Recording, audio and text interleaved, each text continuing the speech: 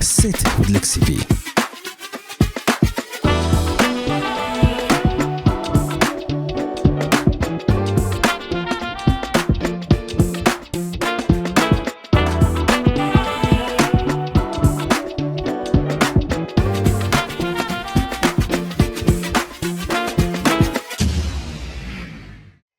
Faye, how are you?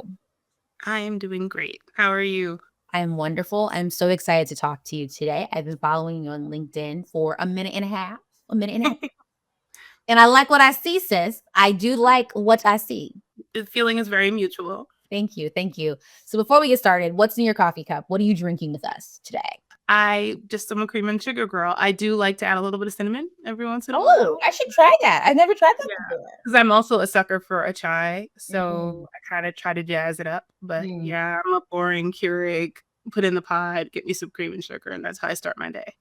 Girl, we got to talk about the Keurig. So I am a Keurig lover, and people think that I do love coffee. I love the ritual of coffee. I also love tea. I think it's Yeah. more just the ritual of hot Yes. things to start Like your comforting day hot, for sure. Yeah. or to like end your day, right? And I have a Keurig, and people always make fun like that's not real, and I'm like, it's real to me because I can pop it in apple cider, I can pop in a Yes. tea, I can pop in Yes. a coffee. I have my own Starbucks at the house without the Yes. child labor. Don't play me. Yeah.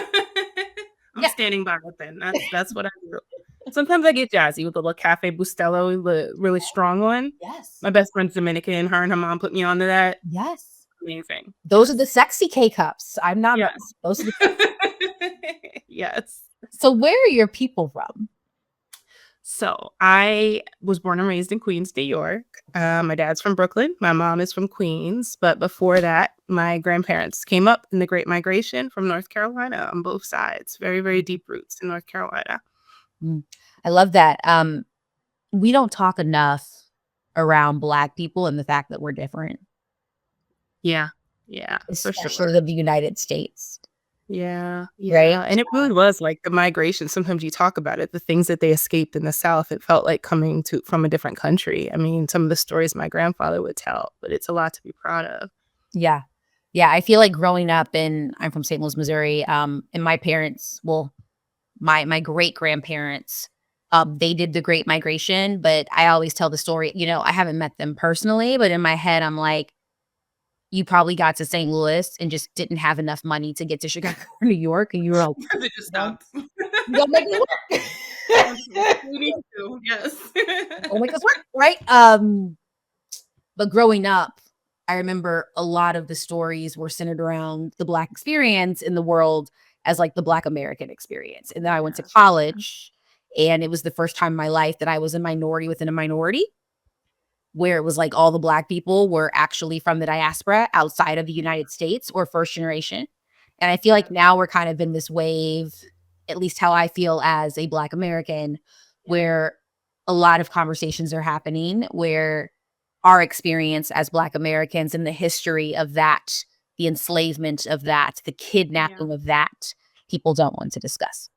Yeah, yeah. It's funny, I had the reversed experience because growing up in Queens, I didn't have any Black American friends. All of my Because you lived in Queens, New York. I lived in Queens. Like I said, my best friend was Dominican. My other best friend's from Trinidad. My brother married a woman from Guyana. Like, I mean, we were Black, right? All different variations and different shades, but there weren't any Black Americans. And then I went to Howard for law school, and that's when I met the most Black Americans that I had ever met in my life. You know, But again, the beauty and diversity. for the folks who don't know, DC and Howard will do that to you. Yes, yes. And It was Howard will do that. See, I went to school in California, so it was very yeah, different. But DC and Howard will show you the Black yeah. American experience. And I'm here Yes, for and it. the So shout out to the diversity Bison. in that diversity in that is Mhm. beautiful. Like, I mean, I'm like Black people from North Dakota, people from Texas wearing cowboy boots. Like it was all the things. I love it. Shout out to Yeah. the Bisons. I love it. I love it. Yes. Yes. So you've had this phenomenal career in health equity, not only as a lawyer in health equity, and I am going to ask you what that means. I've never met a lawyer in health equity, but as well as this person, very tech adjacent, but journalism and conversations and online content about health equity. Mhm. Like I said, I want to ask you first, what does a health equity lawyer do? I've never met one. Well, I will say I was a health lawyer, so I What does never a defined. health lawyer do? Yeah. I don't know. I don't know. Yeah.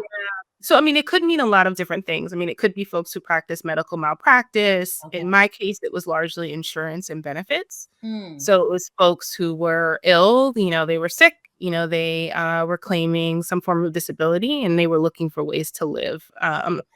In having that. And I did have a stint also working for the government, kind of in the same space, just in the benefits world. It's interesting because in some ways it could be very dry, but in other ways there were always names and really, really powerful people and issues behind each case.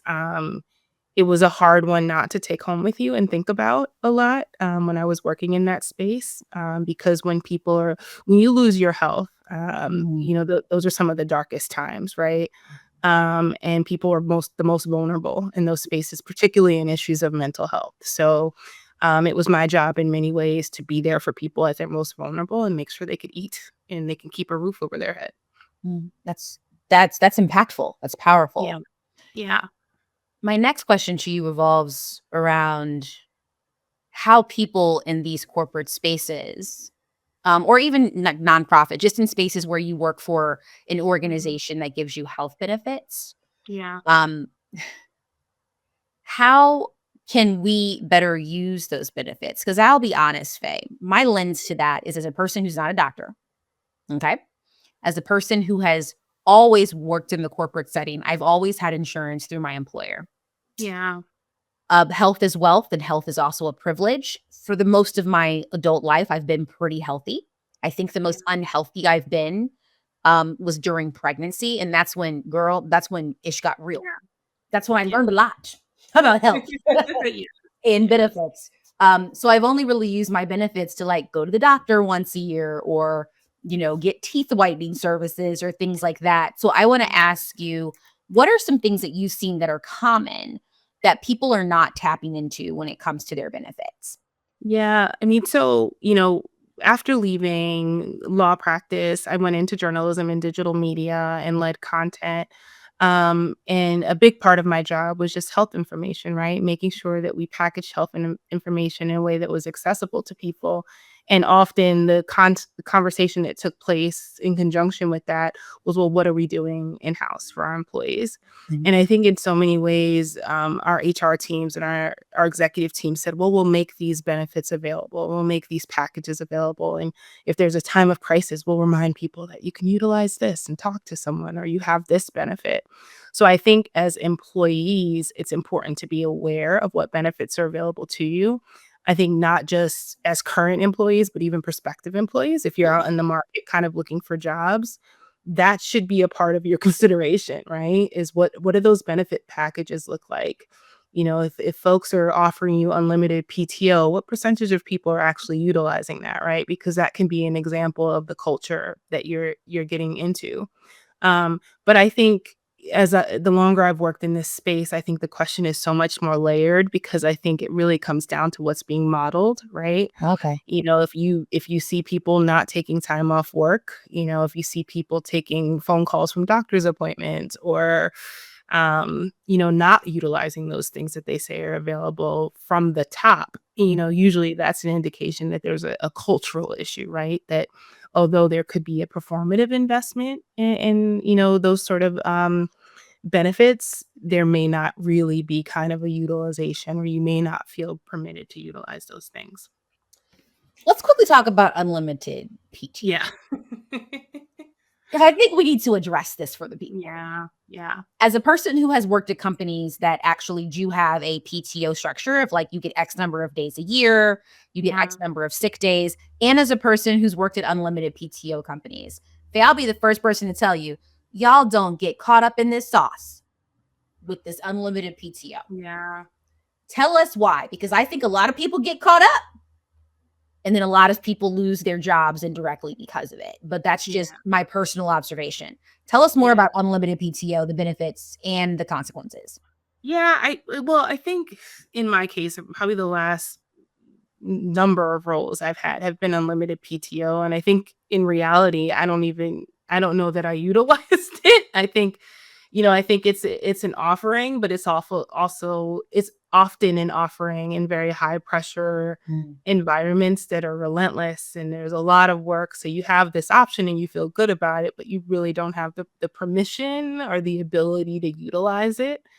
So I would say don't be seduced by that. It's easier to pay attention to the culture. I'll say when I was first graduating from law school, there's this big, actually in your second year, if you do well in your first year of law school and in your second year of law school, a lot of times you're invited to interview with these big law firms. Right. And I remember going on a law firm interview. It was in DC, being taken to the roof, and it was this magnificent view of DC. And they were like, we have car services that take you home in the evening, and we have an on-site manicurist and like all of these things. And it was like, oh, that's amazing. They had all this food in the fridge.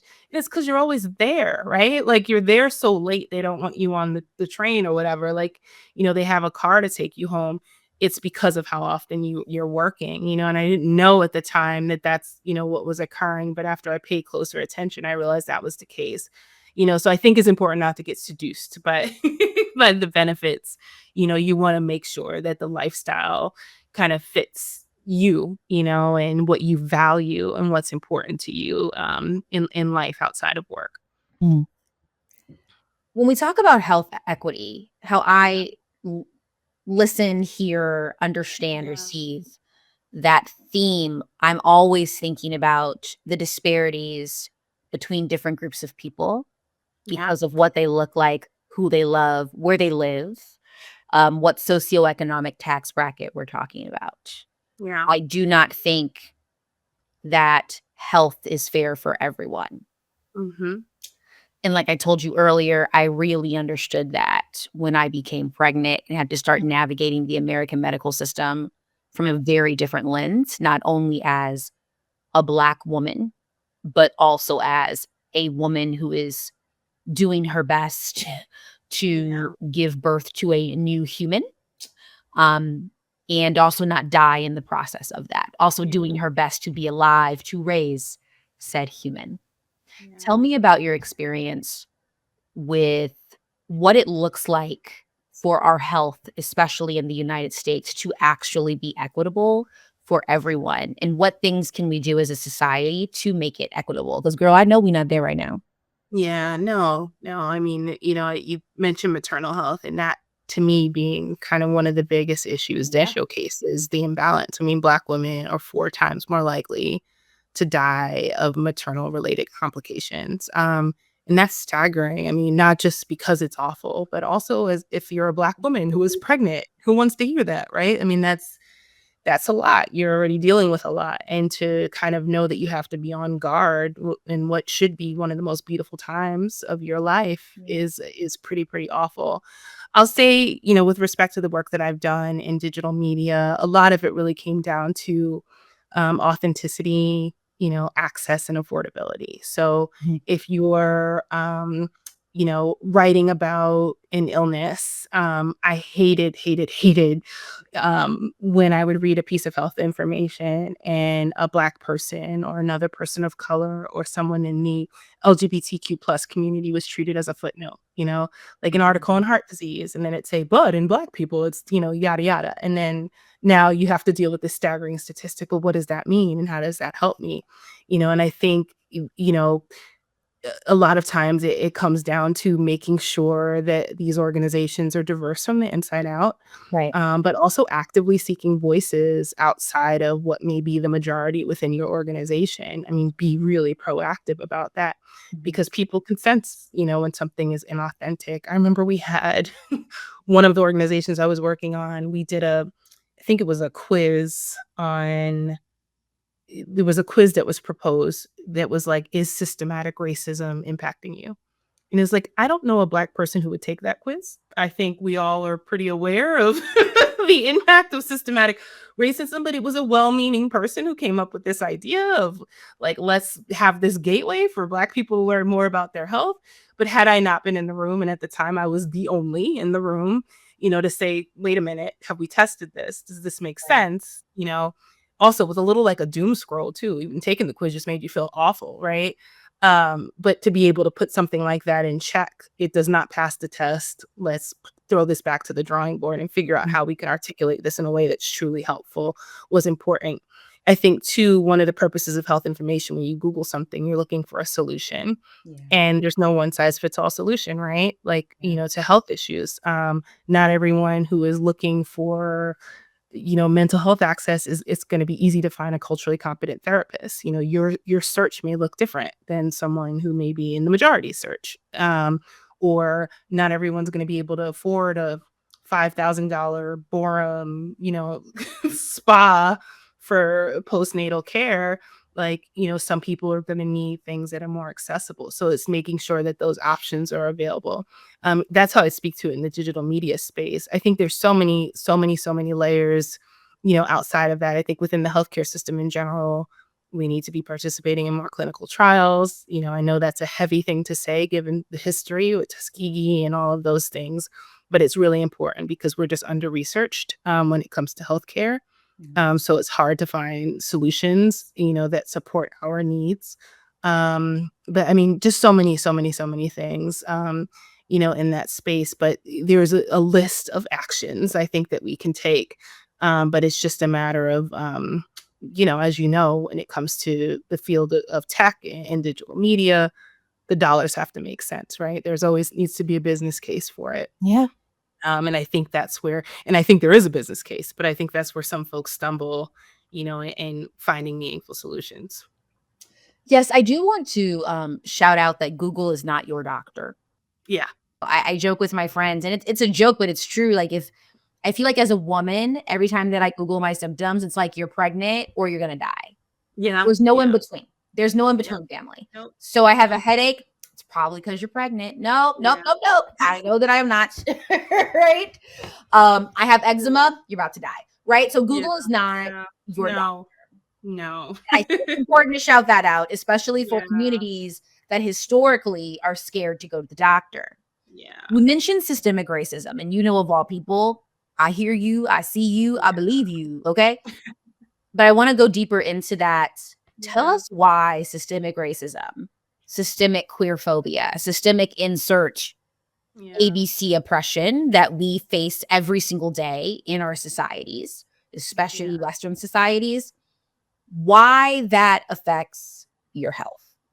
There are humans behind medicine, right? Yeah. And unfortunately, they can't leave their life experiences and their biases at the door. I mean, they should, right? But you'd almost have to be superhuman to kind of erase all the experiences that came before when you walk into a room. And that goes for doctors. I know in some ways people look at doctors as gods and we see them as superhuman, but they're people just like everyone else. Yeah. And for that reason, we have to be open and honest, that systemic racism, that bias, inherent bias, implicit bias could impact our care, right? So there are a lot of really fantastic, phenomenal people doing things to educate healthcare providers on recognizing their own biases if they're open to it, that conduct training on cultural competence, and how to deal with different needs and how to recognize different things. There was this funny Instagram video going around where a doctor had mentioned there was a Black woman patient who kept patting her hair. Oh, and there was a doctor that thought, that she was crazy. And he was like, look, she got, she's doing the thing, right? She got to itch a little bit. And, he had to be in the room to be able to say that. But those are the things, right, that people bring into the room and it impacts our care. That for a long time, people thought Black women didn't feel pain or Black people in general didn't feel pain in the same way. So we weren't prescribed pain medications. I mean, there were so many things. And honestly, the medical system is built on a foundation of bias. So it takes, and there were some fantastic, I think I've been really fortunate through the work that I've done to have met some amazing healthcare providers that are out there confronting it, and figuring out how to rectify it. But you need people to be proactive about correcting it. So those are just some ways systemic racism. Again, we're understudied. Are things that impact us disproportionately or underfunded. There are just so many different things. We're seeing it in real time, how it happens in the maternal care system when it comes to Black women. So, it runs really, really deep, but it's not without a fix. You know what I mean? It's not hopeless, but it's just, a matter of people understanding what those solutions are. And to be even more militant about it, I really think that because of Black people, if we're going to talk about the United States, because of enslaved Africans, because of my ancestry and your ancestry, you actually have modern medicine. So one, you're welcome, question mark, because none of my people volunteered to do that. You'd have made us do it. But because of those studies, you have modern medicine, right? When you look at the history of maternal care, regardless of color, that came from people in the woods doing experiments without anesthesia on Black women's bodies. Yep. Yeah. And that's how we get to the modern day information right now, which then when you also take a step back, you're like, I find that very interesting that Black maternal health rates or death rates are so high when it was these women's bodies who were giving you the info in the first place.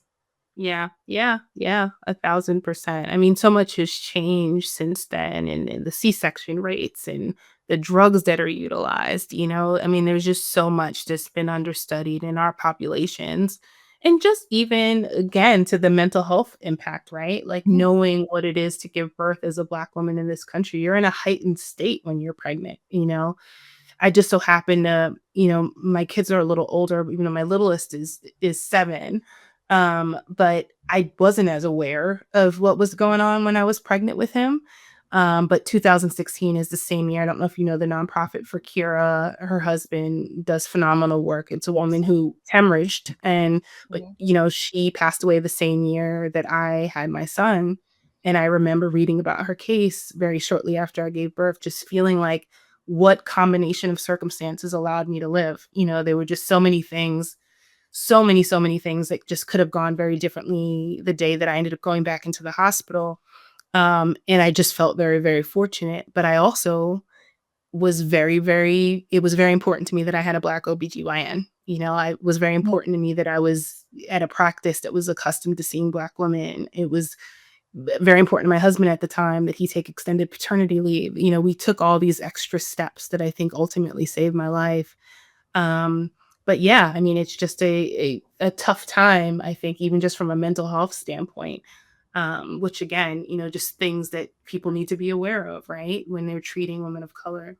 So as employees at these companies, insert wherever you work in organizations, we, Sister Auntie Faye said you need to read the benefits package before you sign the paperwork. So not only is it make sure the money's right, secure the bag, make sure the money is right. Yes. And ask for more. Okay. Yeah. Yes. But after we figure that out, after we figure out the rent check and the mortgage check, it sounds like we need to look at the benefits package. What types of questions do you think that we should be asking when we're looking at the benefits package that could give us more information, better information to make this decision of whether or not we should be signing ourselves up to these corporations? Yeah, I mean, I think that's a great question. I think everywhere that I've worked has been really comprehensive about those big pamphlets, where they showcase things. I think especially with respect to mental health support and care. Okay. You don't just want to know the policies, right? You want to know utilization. Like, how many people are actually using this? Like, is this a benefit that goes unutilized, right? Because it's people are afraid to take time off. People are afraid to utilize it. Like, you want to ask those things almost in your own mind a little bit too, but you do want to know about the utilization. You want to pay close attention to the premiums and what's available in your network. If you're only limited to a certain number of providers and you can't find any providers that look like you in those networks, that's something you want to think about as well. But you really want to be paying close attention to the fine print. But I think utilization, you want to know, is this something that people actually feel empowered to utilize as a benefit of this company? How do we ask those questions? I'm just imagining myself like asking the recruiter, like, do people utilize this benefit? And and the question is, one, does the recruiter even know the answer to that? Yeah. 2, are they lying? It's so funny. I got recruited for a position not too long ago where the recruiter was really excited to tell me how many people utilized their PTO. I forget what the percentage was, but it was like a high percentage of people. And she's like, it's a lot of people utilize it. They take really long vacations in the summer. And she was really proud to share that. And I was like, man, that's great. Like, it's so wonderful that you know this and you want to share it. Right. But the thing is, they, they know and they don't know, but you don't know until you ask. Right. And I think you're not in a stronger position than when you're bargaining, because at the point where they want you and they've made an offer to you, there's no greater point of power in the process where you can negotiate salary and ask these sorts of questions, right? Because once you've signed the thing, once you're an employee, right? And things shift, right? For most of us.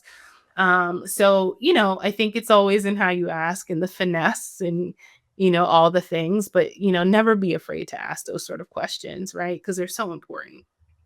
I know for me, I always tell people that I will ask you for the kitchen sink and for your mama's rum cake recipe. Like I have no clue when it Yeah. comes to negotiations. Yeah, good And for I'm so you. glad this is now being put on record so all the recruiters know, right? As soon as you say, Lexi, we want to offer you this job, home training is out the window. I Yeah. asked for everything because, like you said, I am aware that as soon as I sign that paperwork Yes.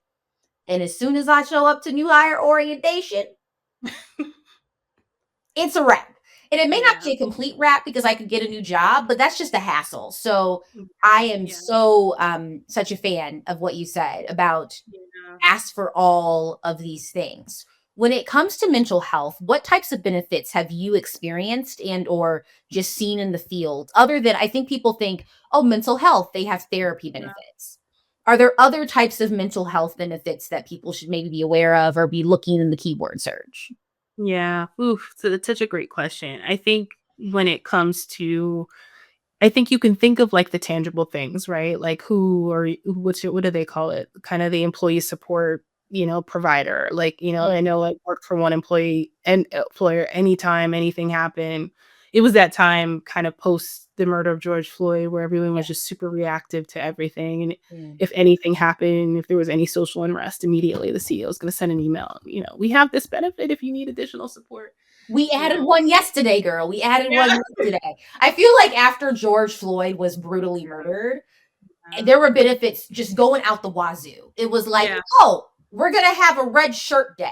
Oh, we're Right. gonna bring flares to work. It was like, I Yeah. don't see how this helps or hurts systemic racism, but we're It here. is what it is. Yeah, We're here. people were just doing whatever. But I think it's the silent benefits that probably matter even more. Mm. It's those, again, that kind of PTO utilization, but also like, what does the meeting culture look like? Ask these questions in the interview. Like, how heavy are the meetings, right? Because to me, that's always an indicative of a tough culture, because if people are in back-to-back meetings all day, when are they getting their work done? Probably in the evenings, after Yeah. hours, or early mornings. This is probably an overworked employee population, right? So you wanna ask kind of those sorts of questions to avoid burnout. I am a fan, like, I know I've talked to some folks before, when you're at the executive level, I feel like you just interview with a zillion people, right? When you're Yeah. considering a job. That is my favorite part of the process because I love to meet everybody. Like, tell me about your experience at this company. Tell me what this is like, like, are you so relieved to get to the weekend? Like, I'm asking you questions because I want to know, what is your work-life balance like? What does this culture look like? And it's pretty easy to get people to share, there's a lot of meetings, like, there's some, we're a scrappy team, or, those things, Oh, girl, I small but hate that. mighty. I hate the You know, small and mighty. I'm like, so you're oppressed. Like, that's the red that's flag what for I me. heard. You are That oppressed. means to me, Yeah. I hear small but mighty, I hear scrappy, and I hear low resources. Like, you have a small number of people doing a lot of things, right? And I'm gonna end up joining that. I think those are all important to your mental health, right? And your benefit. So, and I think you should be asking those questions and thinking about those things. It's interesting because we wrote about that sort of thing a lot in our content, Mhm. but we also talked about that a lot as executive teams. And it was probably one of the things we struggled with the most to model, Mm. because you tend to be it's in the corporate world, very meeting heavy, right? Mhm. It's almost impossible to kind of move out of it. But I think you can start to recognize those red flags. That company that was bragging about the people using their PTO, huge green flag for me. I ultimately didn't want to go there, but it was a huge green flag. Yeah, I think that as you speak, I'm thinking of questions that I would ask, and I think one question that I would ask, and maybe the data may or may not be there, is how many people take their work laptops on PTO. Yeah. Because, it's one thing to say 60% of our employees use all of their 20 days a year. Wow. And I'm like, cute, Susan. But how many of them are taking their work laptops? Which I guess as a techie, you could just, we already are monitor the laptops, but how many people are in Bali opening up that laptop? And whether or not they are responding to emails, the laptop is in Indonesia, not in New York where they live. Yeah. I mean, good question. Are you truly utilizing that time off and disconnecting? Like, do you feel empowered to disconnect? Yeah, I mean, those are all good things to think about, good questions. I think too, if you're considering a company, it's always good to utilize like LinkedIn. Who do I know, right? Who do I know that knows somebody that works there? Let me talk to you and have a real conversation with you, even if it's outside of the interview process. But, who can I meet that has nothing at stake here? And they're going to tell me the real deal about their experience. I remember once having a conversation with someone about a company that I was considering, and she very clearly told me this is not a diverse company. Like, she was a Asian woman. She was having a really tough time there. And she was like, I can't in good conscience recommend this place. It wasn't someone I was interviewing with. It was just someone that I knew through someone, Right. and I remember thinking, man, I want to pay it forward in that way and always be transparent with people. Cause she didn't have to be honest about that, but it was comforting to know, that she could speak really fully and she felt, comfortable doing that. It was a gift in a lot of ways. Well, Faye, I'm a snitch, so everybody knows. Don't ask me how whatever company's on my LinkedIn, how it was, because I'm a snitch. Okay. Because I think it's important to be very honest about your experience. I think it's important to honor that your experience is not everyone's experience, For sure. but this is your experience. And I think that even if you decide to join the company that I, would say like, run, like get on here and strengthen, right? You may have a phenomenal experience, right? But it's important for you to hear those perspectives. It's important for you to walk into a situation and at least know this could potentially happen. Yeah, it's tough, right? Because, the job search is rough for people looking, sometimes you just want to get the thing and like, but it's I mean, for better or worse, work is such a huge portion of your life. What you do day to day. I always say, like my favorite thing in the world is to hang out with my kids, and if something is taking me away from them, it has to be amazing. And that's why I exercise a lot of discernment, with the places I choose to spend my time. Know your value, know your worth, ask those questions, so that you make that right choice. So what do you want from companies, organizations, people who are giving these benefits out that people are utilizing? What can they do better to get closer to health equity for our society? Yeah. Oh, that's such a great question. I think so many things. I think it's almost, and I don't know if it's just the nature of where I am in life and maybe I'm a little jaded, but I think it's less what I want from companies and more from what I want from individuals. Tell me, yes. I just feel like I want us to hold places accountable. I want us to speak up and, ask for the things that we need, set boundaries better. I think, again, it kind of starts at the top of modeling that behavior so that you create healthy work cultures. I think all of that is really, really important. I think it's important to see, as a company, I think it's important to see your employee base and Yes. recognize the diversity of experience. I remember sitting on an executive team once, post-pandemic, where we were debating on we had all this expensive office space, and it was like, should we open it back up? Right. People back in the office, people wanna be there, and obviously from a business perspective, it made sense. We just had all this dormant office space. But what the beautiful thing that kind of happened as a result of hiring remote workers is that we had made all this headway in diversifying our workforce, right? Because we were pulling from places that were just more diverse than where the company was based at the time, and to me, I didn't want to sacrifice that. Like, I wanted to still be able to hire people to widen the employee pool. And then I had also read all this research about like how differently abled people felt like being virtual created a level playing field. In some ways, if you're in a wheelchair and you're sitting across from someone, you lose a little bit of the stigma that happens when you're in person because now you're sitting across from them, right? There was some beautiful things that resulted from remote work. Also, it's easier, right, than having to navigate a commute and all of those things. And it was really, really important to me that as we were considering that we thought about all of that in the policy and in the decision making.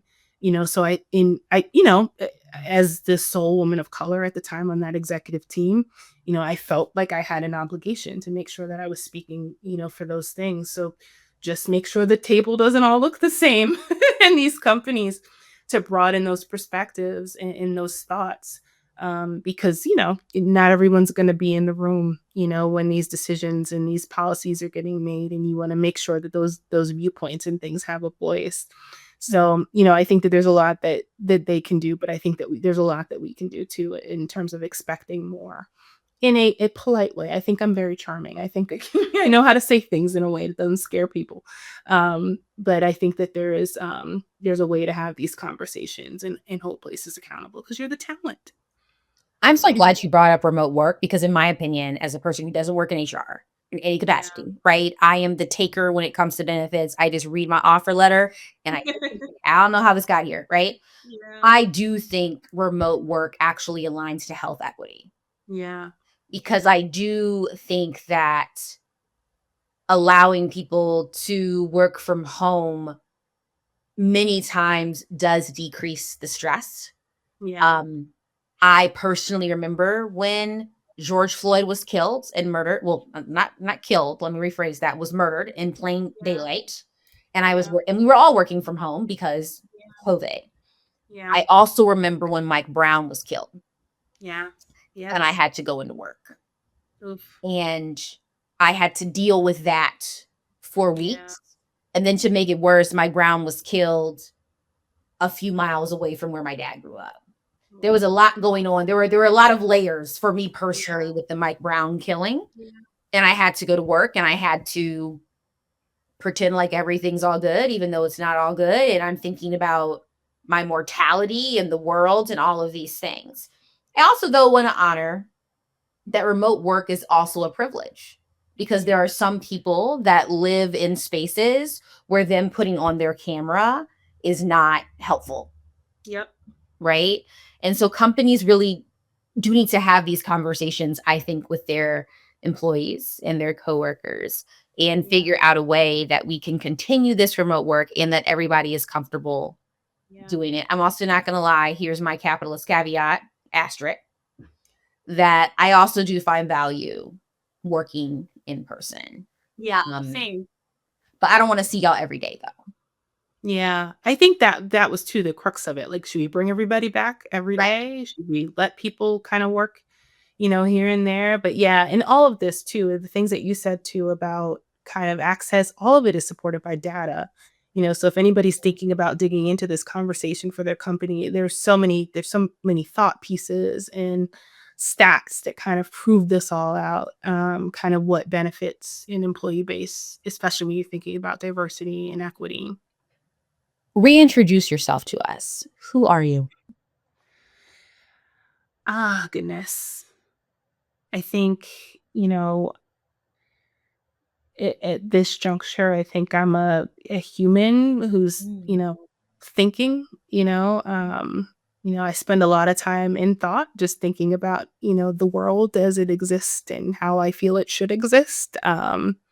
So I'm someone who's doing my best. I'm a human doing my best. I love that, because I think that when you say I am a human, it is one of the deepest, most profound and simple things to say.